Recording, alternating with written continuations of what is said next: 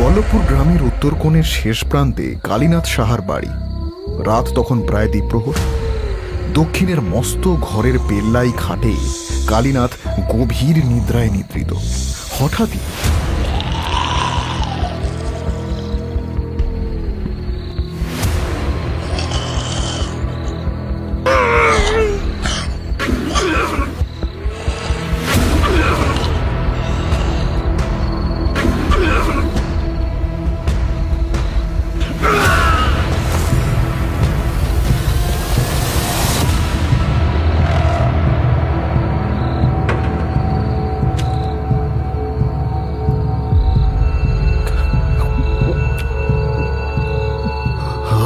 সেই স্বপ্ন,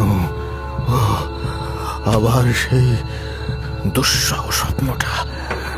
না, এবারে কিছু একটা করতে হবে, কিছু একটা করতেই হবে।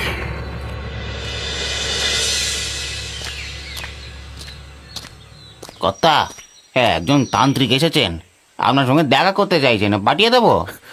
ওরে হতভাগা, উনি যে সে তান্ত্রিক নন, স্বয়ং সিদ্ধ তান্ত্রিক বাবা সদানন্দ।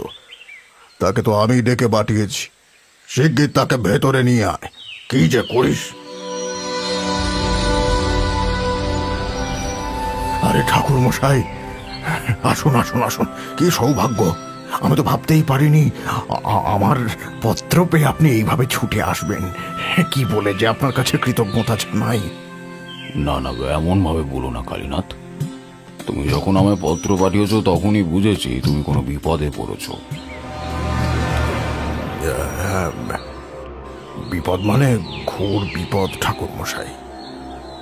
আমার জীবন যেন বিপন্ন হয়ে যাচ্ছে। কেন, কি হয়েছে যদি সবিস্তারে বলো। ঠাকুর মশাই, রাতে আমি শান্তিতে ঘুমোতে পারছি না।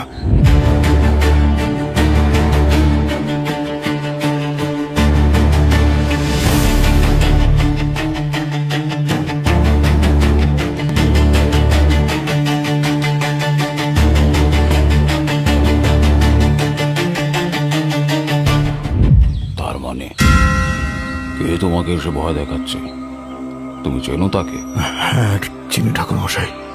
চিনি বললে ভুল হবে, বরং সে আমার অতি পরিচিত এক ব্যক্তি ছিল। দেখো কালীনাথ, তোমার কথা আমি কিছুই বুঝতে পারছি না। যদি স্পষ্টভাবে বলো তবে আমার বুঝতে এবং তার উপচার করতে সুবিধে হয়। ঠাকুর মশাই, আপনি তো আমাকে অনেকদিন ধরেই চেনেন। আমি নেহাত সজ্জন ব্যক্তি, সাথে পাশে থাকি না, তবুও দুর্ভাগ্য আমার যে আজকে আমি একা। বউটা অকালে চলে গেল, আর তারপরে ছেলেটা। এবার বোধ হয় আমার পালা ঠাকুর মশাই। হরিহর আমাকেও বাঁচতে দেবে না। কালীনাথ, সূচনা না শুনে কেবল উপসংহার শুনে আমি কিভাবে কিছু বলবো বলো? ক্ষমা করবেন ঠাকুর মশাই, ক্ষমা করবেন। আমি এমন পরিস্থিতিতে রয়েছি যে বারবার থমকে যাচ্ছি। আমার কাহিনী অনেক লম্বা ঠাকুর মশাই। আপনি আগে বসুন, কিছু মুখে দিন, তারপরে আমিও কাহিনী শুরু করি।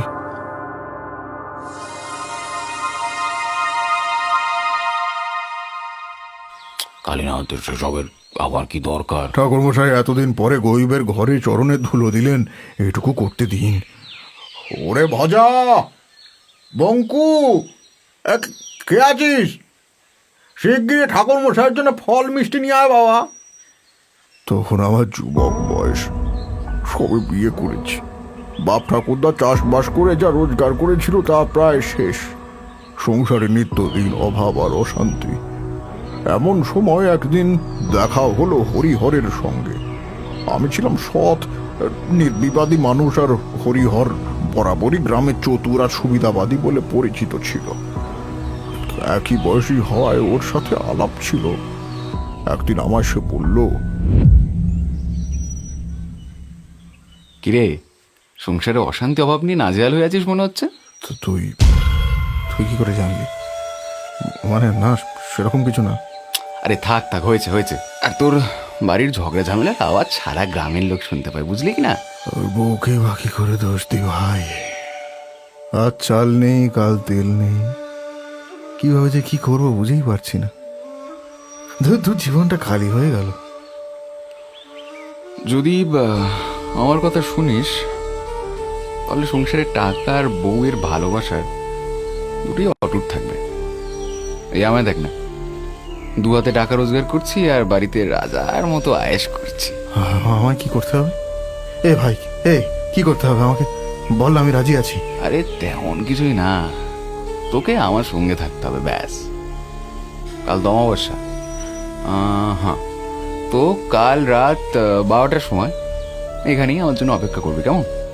আমি এসে তোকে নিয়ে যাব। রাত 12টায় মানে?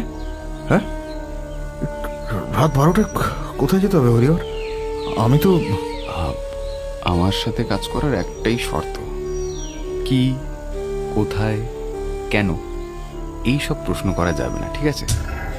আরে কাল তো দেখতেই পাবি, কথা দিচ্ছি তোর জীবনটা পুরো বদলে যাবে। সেদিন হরিহরের কথার মানে বুঝিনি সে কোন চোরাবালিতে আমায় ঠেলে দিচ্ছে। পরদিন রাতের অন্ধকারে চললাম হরিহরের সঙ্গে। যাওয়ার পথে সে কোনো কথা বলল না। পথ ঘাট পেরিয়ে গ্রামের শেষ প্রান্তে একটা বাড়ির সামনে এসে দাঁড়ালো। বাড়িটা দেখেই মনে হচ্ছে কোনো বড় লোকের, কিন্তু বাড়িটা ফাঁকা। আমি অবাক হয়ে দাঁড়িয়ে আছি। আমায় চমকে দিয়ে হরিহর বলল, কালীনাথ, তোর প্রথম দিন বলে এই ফাঁকা বাড়িটা বেছে নিয়েছি, নইলে এই হরিহর ফাঁকা বাড়িতে ডাকাতি করে না। বাড়ির লোকজন গেছে নিমন্ত্রণ খেতে, আমি সব খোল নলচে দেখে রেখেছি। নে এবার চল। হ্যাঁ